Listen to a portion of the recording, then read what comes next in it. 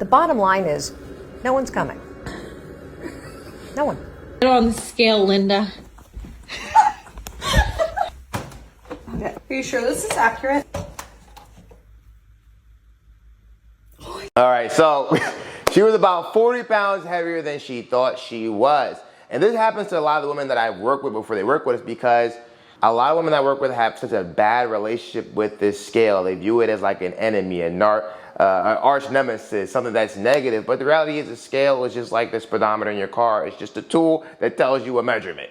It just tells you how much you weigh. If you avoid it long enough, you can create delusions that keeps you in your mind at the last weight you remember. So there's some women that I've talked to that haven't weighed themselves in a year. They're like, well, I think I'm around 250 still, but they end up being 280.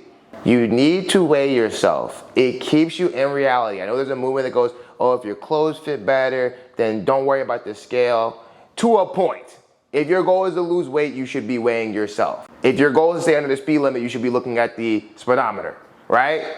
If your goal is to keep a budget, you should be checking your bank account. I don't say you have to weigh yourself every single day, but at least once a week, you should be weighing yourself to see what is going on. Is what I am doing to lose weight working? If we want to see real change in our life, we have to be intentional, or we're going to be delusional and then sad when we finally step on the scale 6 months later, a year later, when we finally go to the doctor and we're like, oh my gosh, we're crushed because I didn't know I weighed that much. Yes, because you haven't weighed yourself in 6 months. You have to weigh yourself.